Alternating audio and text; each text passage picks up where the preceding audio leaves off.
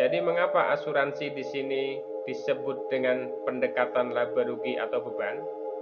Karena meskipun asuransi di sini dibayar untuk masa 1 tahun, dia dicatat sebagai beban asuransi, bukan sebagai asuransi dibayar di muka.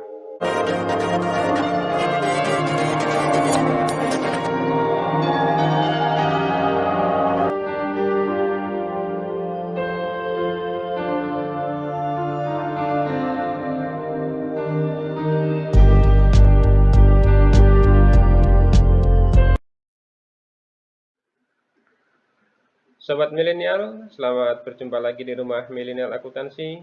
Dan pada kesempatan ini kita akan membahas materi tentang jurnal penyesuaian beban dibayar di muka dengan menggunakan pendekatan laba rugi atau beban.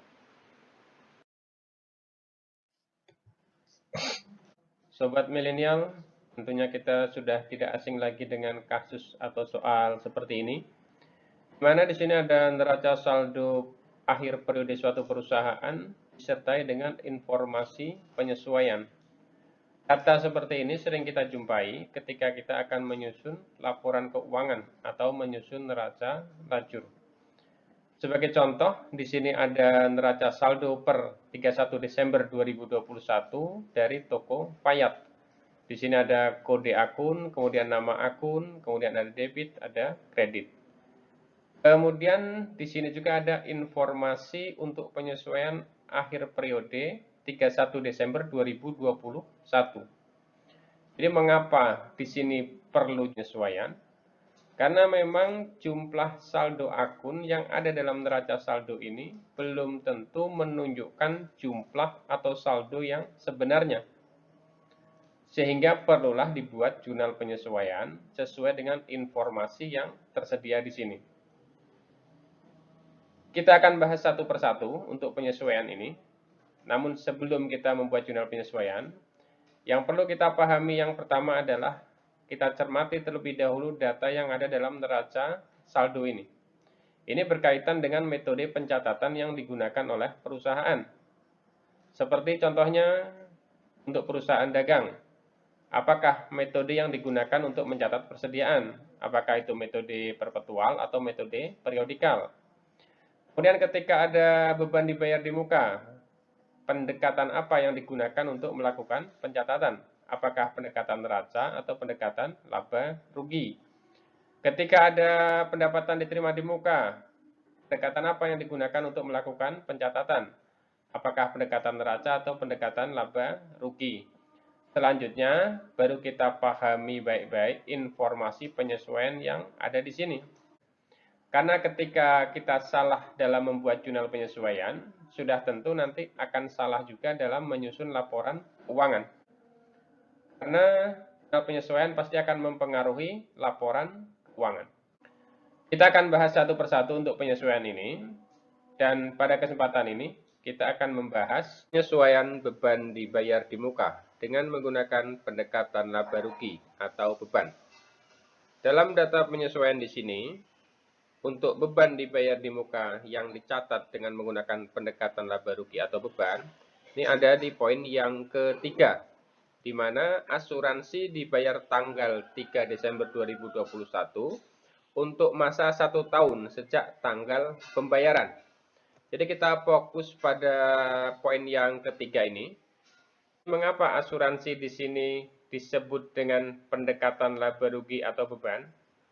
Karena meskipun asuransi di sini dibayar untuk masa 1 tahun, dia dicatat sebagai beban asuransi, bukan sebagai asuransi dibayar di muka. Dan beban asuransi ini, karena dia kategori beban, tentunya nanti akan muncul dalam laporan laba rugi.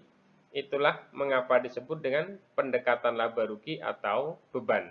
Asuransi ini berlaku untuk 1 tahun. Sehingga sampai dengan tanggal 31 Desember ini, belum habis semua masa berlakunya. Ini kalau dibayar dia tanggal 3 Desember 2021, sampai dengan tanggal penyesuaian 31 Desember 2021, itu baru 1 bulan. Dan di sini asuransi dicatat dengan menggunakan pendekatan beban ya. Artinya diakui sebagai beban asuransi. Jika yang sudah menjadi beban itu 1 bulan, artinya jumlah ini terlalu besar untuk dibebankan sebagai beban dalam periode berjalan.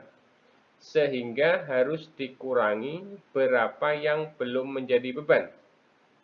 Dan jurnal penyesuaian yang dapat dibuat sehubungan dengan beban asuransi ini, kita dapat mendebit nanti akun asuransi dibayar di muka.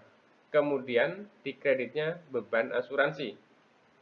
Mengapa di sini beban asuransi dikredit? Karena untuk mengurangi beban ini yang terlalu besar. Karena seharusnya yang menjadi beban di sini hanya 1 bulan, dari 3 Desember sampai dengan 31 Desember, tetapi di sini 1 tahun semua tercatat sebagai beban, sehingga harus dikurangi. Berapa yang harus dikurangi? Tentu yang harus dikurangi nanti adalah sebesar 11 bulan per 12 dikali 720.000. Dari mana 11? 11 ini adalah jumlah yang belum menjadi beban. Tadi asuransi dibayar untuk masa 1 tahun. 1 tahun itu sama dengan 12 bulan ini ya. Jika yang sudah menjadi beban di sini 1 bulan, yaitu bulan Desember, berarti yang belum menjadi beban ada 11 bulan. Ini nanti dari Januari 2022 sampai dengan November 2022. Makanya ada 11 bulan. Dikalikan 720.000. Ini angka yang ada dalam neraca saldo ini. Dapatlah sebesar 660.000. Yang belum menjadi beban inilah yang disebut dengan asuransi dibayar di muka. Makanya di sini muncul akun asuransi dibayar di muka di sebelah debit. Sehingga nanti saldonya akan masuk dalam neraca saldo di sini, asuransi dibayar di muka. Maka angka ini dapat dimasukkan ke dalam jurnal penyesuaian. Di sini 660.000 di sebelah debit dan 660.000 di sebelah kredit untuk beban asuransi. Jadi, beginilah cara membuat jurnal penyesuaian untuk beban dibayar di muka yang dicatat dengan menggunakan pendekatan laba rugi.